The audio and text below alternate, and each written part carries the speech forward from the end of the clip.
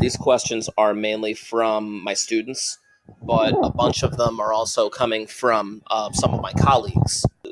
Obviously, you've gone to a lot of games. Yeah. Um, do Yeah. you remember, if at all, the longest or the farthest home run you ever saw hit? Okay, I could say Ebbets Field, hold it, Yeah, and the guy on the Braves hit it at Ebbets Field twice. out of Evansville, like out of the stadium. You Completely. got it, over the roof and everything. Who was that? Joe Adcock. Was Joe Adcock like a lifelong Brave? Yeah, Okay, yeah, Joe. Yeah, so he played for Milwaukee in '57 when they won. yeah, Yeah, yeah. They had Eddie Matthews, and Hank Joe Aaron. Adcock, Hank Aaron. Yeah. They had a good team, boy. So you saw Hank Aaron though? Oh yeah, Yeah. Get him. yeah. Get him. Good. No, he was under the tag. I The know. ball was up. The I ball was know up. it. He I slid know under. it. Oh, they're Yeah. challenging it. Out. No, they're challenging it. We'll just see what happens. Oh, out. Yeah. Yeah. So, Ebbets Field. Can I zoom in here? Out. Oh, they called him out. Good job. There you go. Ebbets Field, the deepest part was 393. So, like, you can see right field, got it. it's like flat on right field. Yeah. Were there no stands over there? No, behind it was an auto place over the wall. Oh, really? The wall was 40 feet. People used to stand there, wait for the ball to come over. Yeah, I'm Flatbush Avenue. hmm Can you believe this stuff? So this guy's website actually has all the historic baseball stadiums and their dimensions. Wow. You know, Okay. which is really nice. Yeah. So, like, for example, I can go back and Polo I can grounds? find, here are the Polo Grounds. Speaking of the polo, go ahead. There's the Polo Grounds. And Yeah. the deepest look. Did they play football there too? Yeah. Oh, nice. And the deepest was what? 483. That's crazy though. You So know they why? played football there too. That's nuts. And when when the game was over, they walked, and the clubhouse was back in there. Oh, back past center field. Yeah. Good. Yankee Stadium, which obviously they've renovated Yankee Stadium a lot. Oh yeah. Well, This is the right field was only like 300. This is Yankee Stadium in 1952. What's the right field? How far? Right field 344. Oh man, it was even 344 right there. Okay. Yeah. And then the part of it right here to the pole is 296. That's what I meant. About Yeah. 300. Who was the most dominant pitcher that you ever saw? Well, Sandy wasn't at that time. We didn't see him that much. He was wild. Early. Early. Mm-hmm. He was wild. And, Oh, that's right. He didn't really hit his stride till L.A. Exactly. Okay. We can't. If we talk about the Mets, then we're talking about Seaver and Kuzman and all them. Oh yeah, that's the 60s and 70s. Yeah, we were there many games. We went. Because the Mets made it to 2 World Series in '69 and 73. Okay. We blew it. We pitched the wrong guy and pitched Matlack. If you had a favorite player of all time, just personal favorite player. I guess Duke and Carl Furillo. Carl Furillo. Yeah. Okay. Duke and Carl. Yeah. Just the Dodger again? Yeah, he was right. He was right field. The rifle they call him. He could throw guys out like nothing. Oh, from right field. Yeah, from right field. Nice. Off the wall, he knew where the ball was. Bingo! It was like automatic. And if you were running to second, you might get thrown out by Furillo. Because I know, like, a lot of right fielders, they have to have that kind of stuff, you know. Yeah, they had Shotgun Shuba. They had here's the name, Shotgun Shuba. Huh? Shotgun Shuba. Shuba, yeah. Take a look at Shuba. What was the fan experience like in Ebbets Field, the Polo Grounds, things like that? So you know how, like, fans chant things nowadays? Fans, like, chant, like, stuff with, like, the music and stuff like that. Yeah. They didn't have that, like, the music they play in between pitches. You know, like the horns. They didn't have that back in the day, right? So what did the fans do? Well, they used to have groups. You know, the Dodger fans. They had a whole group in one area like this, James, like this, and singing songs. What would they sing? All weird, all songs related to Brooklyn and everything. You wouldn't believe it, you know. Wow. Are any of these songs like recorded anywhere? Yeah, they used to. We used to have songs like it was in unison. Maybe 20, 30 people there, and they'd all have weird costumes on and hats on. You know, like This. Really? Yeah. It was like the Dodger Symphony, they Oh call it. gosh. Okay. The Dodger Symphony. Yeah, how's Hold that on. one? That's Try a that name one. I can look up. Okay. Hold on. The Dodger Symphony, maybe? Yes, Symphony, if you'll get it. Oh, Got it. what a catch. Shorty, Brother Oh Lou, no, and Mookie. the. Hey, Mookie got it. Oh, those Mookie? Yeah. Yeah. Shorty, Brother Lou, and the Dodger Symphony. What did I tell you? My word. Isn't that something, James? Rachel Robinson observed that the Brooklyn Dodgers Symphony was one of the things people loved about Ebbets Field. Exactly. They provided a kind of special character and loving warmth that few other ballparks had. You got it. They had 5 or 6, 7-man unit of comically wacky amateur instrumentalists What did I tell you? who gave See? support to their beloved Bums for decades. Wow. And that's what we're talking about, James. See, we don't forget that. You know? So they didn't have anything like that at the Polo Grounds or Yankee Stadium and stuff no. like that? Because obviously I know Yes. Veteran Stadium and Met Stadium. I know what the experience was like there. Right. You know. Now, Yankee Stadium, we went to maybe 8 or 9 games, and when we went a year, when we went, there was always the crowd was 11,000. That's it. Yeah, because they only had one great player, Roy White. The Yankees. Yeah. What year was this? In the 60s? In early 70s. Early 70s. Yes. Oh, okay. 70, 69, 70, 71, 72, 73. Who still hangs out up in Tom's River in the OTV place up there where they were showing races and all that other stuff? Roy White is there. Oh, really? In Tom's River? In Tom's River, right up here. The Yankee star of the late 60s and early 70s. 30, 37 West is the place. Favorites is the name of the place. Mm-hmm. All right. It's weird to think about the Yankees being a bad team. Oh, in those years, that era, because in the early 60s they had Maris and Mantle in them. Oh, no, Whitey exactly. Ford. And then after, when it hit 70, 71, 70, Roy White was the only real good player, James. I couldn't even remember some of the guys that were on the team. He played left field. I mean, let's see, left field. Mm-hmm. We sat maybe in about 15 rows up. We always sat, and it was like nobody would ever bother us. Nothing. It didn't seem like there were a lot of people there. No, that's what I'm saying. At 8 years old, guess what? I was in the street swinging a stickball bat with individuals, and then some other older guys were there. The older, like 5, 6 years old, they'd show us, how to swing and hit the ball. The Spalding, because when we thought we were good at like 15, 16, 17 or something, we thought we were good. We go and order maybe 4 dozen Spaldings. Okay, so it's just a couple avenues down from where your brother lived. No, he's 6th to 7th. He was just a few houses up. Okay. Like when they moved there. Oh, here we go. Who hit it? Seeger. All right. 2-zip. There you go. Woo, Corey. Yeah, that's the guy I said. Even Howard, my friend, was saying, Jim, really, Corey was 2 years, but he got hurt. 2 years ago. Oh, really? In 18. He looks like a young guy. What decade of baseball would you consider to be the most exciting to watch? I guess the 60s. Why is that? Oh, because they had, St. Louis and Milwaukee, and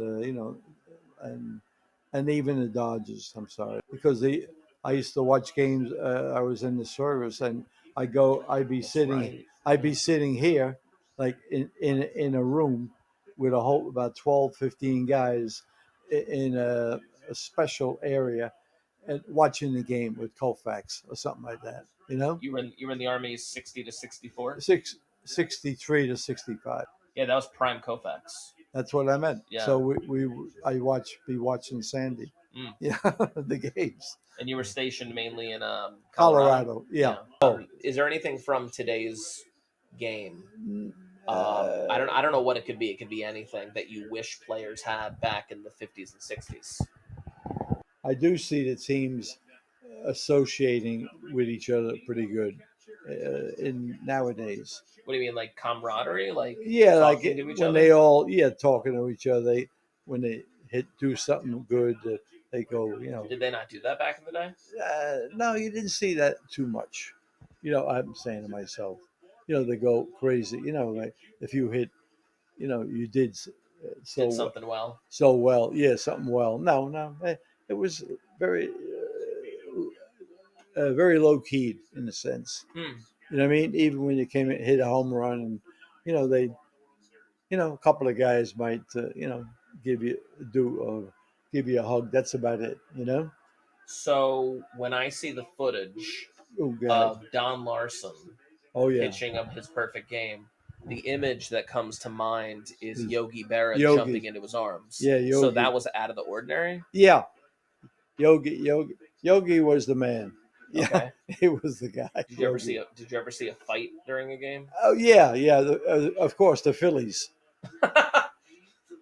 No, what I could. Yeah, I'm giving what was with you. the Phillies? Well, we sat in left field all the time, 10 to 12 games, Yeah. and the Phillies came in two buses with 500 people each bus. Mm-hmm. Like The overall, they fans. came. Not two buses. They came in many. The fans, they came with 500 and 500, Okay. and then always they sat in left field, and then you go up to get a soda, or I don't know if we were drinking beers. No, That's no. fine. I'm saying we went up. They're seniors. They know what the deal is. No, but I'm saying, and of course I we won't. turn we turn around like this. We're sitting here. We turn around, and there's always a fight between a Philly and a Dodger fan. There's still some of the worst fans in the football stadium In Philly. right now. Tell them. No, out of the three, what was your favorite to Oh, be going in? to going to Everett's Field naturally. Yeah. Always. Just because it was your favorite That team, or well, no, it was just being there was a happening all the time. It was nice. It was good. I gotcha. We liked it. You know what I mean? Mm. Maybe if we went just ourselves with all the guys, or even before that, my uncle used to take me to games because they lived 15 blocks from the stadium Mm-hmm. on Flatbush Avenue, and we'd walk from the house right into the stadium. You Yeah, said it up was how many blocks? 15. How long is that in like miles? Oh, like 3/4. Three. Yeah. Okay, that's not bad. How old were you when you went to your first professional game, though? And I was 9, and we had a good time. We went to the Polo Grounds. The Dodgers, were they playing the Giants? I guess, and the Giants won. I remember that. Whitey Lockman played right field for the Giants. See, I'm Hmm. thinking, So Willie wasn't there. you were Willie 9, so we're talking 48. in 1948. You Okay. got it. That was it. Whitey played right field. They had a good shortstop. Hank Thompson played third. Hmm. That's it. So Sal Evars was the catcher. Look at this. for the Giants. Yeah, Okay. I'm thinking of all the Giants. What do you remember though about Jackie Robinson playing? Well, he played sometimes left field, sometimes third base. Mm. You know what I mean? And he was pretty good. We thought. He was Mm. pretty fast. Mm. That's what I meant. That's all I remember. Stuff like that. Because obviously, I mean, people know the stories of Jackie Robinson and what people, kind of the way they treated him. Yeah, Stevie Pee Wee Maurice. took care of him. He told anyone. Pee Wee always told the Dodgers, "Hey, if you're screwing with Jackie, you're screwing with me." Let me Hmm. just tell you. You know what I mean? What was the impression, I guess, of like the fans with Jackie Robinson? Did people still yell things at him? No, no. I think it was getting better. Hmm. Up, like 53, 54. Because by that point, Yeah. Jackie had already won Rookie of the Year. He was Yeah, already that's what I'm getting at. MVP. They realized he was pretty good. I was going to meet him one day. Jackie Robinson. Yeah, it was on Broadway, and he was run. He came out, and he was talking to people, and he was running. He was running the Chock full of Nuts place, Coffee place? a coffee place right there on Broadway in New York. What year was this? Let's Was he say still playing? no, let's say 58, 59, or 60. Yeah, chock full So of what nuts. happened? You didn't meet him? No, he came out. Yeah, but there was so many people talking to him. I found an article that said when Jackie Robinson was a coffee executive. That's it. Yeah. Oh, that's it. That's what I'm getting at. He was the VP Good. of Chock full of Nuts. All right. I Yeah. know. So what? I know what other people thought. What was your general impression when you heard that the Dodgers were going to LA? Well, I guess kind of disappointment too. Like I was 19. You know. Mhm. Yeah. It's all involved with the money and all that other stuff. O'Malley. The O'Malley family. Yeah, the who owned O'Malley, team, the family. Yeah, exactly. like left for Indianapolis, Yeah. or something like that. Oh yeah. Yeah. I can't. Oh man. Uh oh. Uh-oh. That's gone. Well, that's the guy that hits them. First pitch. That's the guy. Look, he just broke the record. 9th home run this postseason. Yeah. Wow. I tell you, that guy hits them like unreal. It was the first pitch too. I know. Man. I know. It doesn't matter. This guy is like powerful. Randy, Arozarena, Rosarina, right? No, I gotcha. That's great. It could be a free agent. To be fair, that is just their second hit of the game. I know. My word. Well, 12 hockey games a year too. The Rangers. The Rangers. Oh yeah, the Rangers. We were there. We were up in the top deck. When? Oh, in the '60s. Like basically. Yeah. Yeah. The Rangers, they didn't do anything in the '60s, did they? No, not really. I mean, it was good games. The games were pretty good, and we saw many great players like Bobby Hull, the Rocket Richard. You know what I mean? I could tell you all that. We were there. We saw them. Did you like hockey more than basketball, let's say? Yeah. Okay, wow. Basketball. We went to many basketball games too. The Knicks and all that. We went to about 10 games a year. Madison Square Garden. So you're talking like. So you went to like 12 baseball games and maybe 10 basketball games, and 10 hockey. Yeah. Oh yeah. We used to. Wow. Prices weren't that much, James. How much were tickets back then? Not much. Not much at all. Okay, so like for example, Ebbets Field mid 1950s. How much is a ticket? About $275. Was Ebbets Field like always sold out? Yeah, we had a big crowd all the time. I mean, 30,000. Yeah, it was the most. I mean, it held. And we were most of the time when we were there, it was always 20,000 or more. Did Grandma ever go to the games? Oh yeah, she did. Yeah, okay. She took me too. Oh, forgot to tell you. Yeah. Even Grandma, and guess what? The one game we went to, even my brother said, "James, don't you remember the game when you went with Mom and all?" Yeah, I says, "Yeah, I did." And we were behind a freaking girder. A girder. Oh my gosh, I forgot. The girders. That. The girders. So what'd you do? Nothing. We just like this. Yeah, like this. Oh my word. Like looking at one side, then the other, right? Yeah. Things like that. He went to Canada a few times, and guess what? He went to the Forum in Montreal. The Rangers were played Montreal. We were there, and guess what? All girders, the whole place. So when was this? In the 50s or 60s? Yeah, we were all about 19. Oh yeah, I remember. Wow. That. So you went to Canada, and you watched the Canadians against the Rangers. Wow. Yeah. My word. And of course, the Rangers lost. Oh, well, the Canadians were dominant back then. I know Henri Richard, Henry, and all the Rocket. We seen them all. Yeah. Oh, and even the goalie with the mask. Oh, what was his name? He was 1959. He was the first. 69 or whatever. The first goalie to wear a mask. Yeah. So like with the Knicks though, now I'm like going all over the place with the Knicks. Oh, the Knicks. Yeah, we saw some of the great players at the Knicks. Richie Guerin there was. Anybody remember who they played?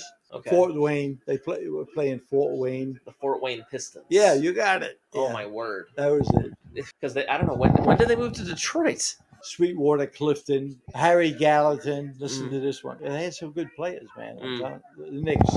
Did you guys pay attention to stats back in the day? No. Were they like reported as much as they are now? No. Oh, come on, base hit. There he is. Score. Yeah. Score. Yes, there he is. Get to second. Safe. All right. Safe. Safe. Whoa. Oh, he fell off the bag. I know. That's okay. We got the run back. Muncie. That's Muncie. Yeah. His momentum took him over. That's all right. But the run counts, right? But yeah, Muncie did well last night too. 3 hits. Because now when I'm growing up, yeah, and I'm watching games, or if I'm reading stuff in the newspaper and magazines after the fact when I'm a kid, or even sports cards, for example. Yeah. It's all stats. Oh no, stats. Exactly. It wasn't like that back then? No. Okay. Oh goodness gracious. Right. It's gone off as bad. This whole game is home runs. 3-2. I know. That's why I said put another guy in after the 4 innings, see? Yeah. No, I gotcha. Were you watching in '86 when the ball went through Buckner's legs? Oh, 86. Yeah, I watched it. Hold up. Sorry. Yeah. I saw it. I was in a place in Lower Manhattan in a club with a whole bunch of people, and I watched it. Because in '86 we were living down in Barnegat. Yeah. But you were still commuting. I was still commuting. 81 to 88 exactly. Okay. So what happened in the bar when that happened? Oh, people went nuts. I mean, you were expecting the Red Sox were going to win it all. No, yeah, but it was all, of course, all New York fans there. So, like, people went nuts when the ball went through Buckner's legs? Yeah. Did they believe it? Yeah, no. I don't think Buckner believed it still. No. I don't know. I was telling my kids, like, this is their 3rd World Series in 4 years, right? Yeah.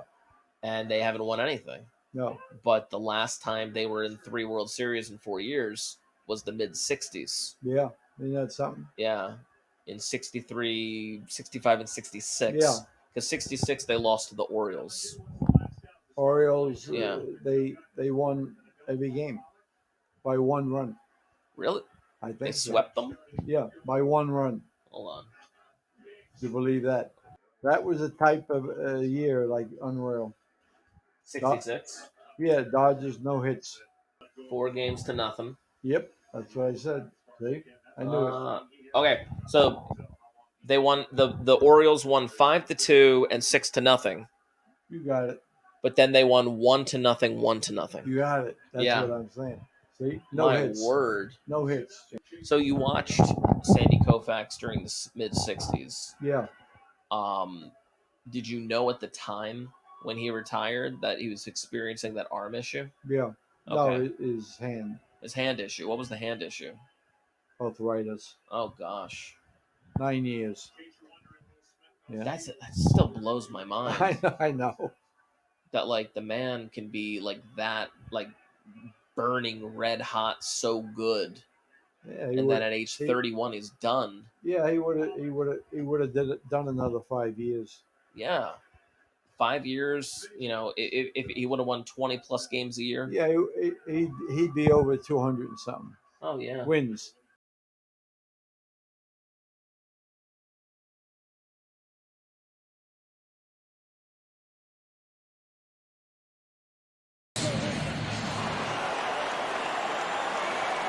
Jansen.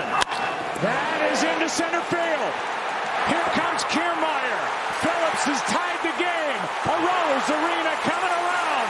Throw home. Now he stumbles. But the ball gets away. Tampa Bay wins it. Brett Phillips, game 4 hero.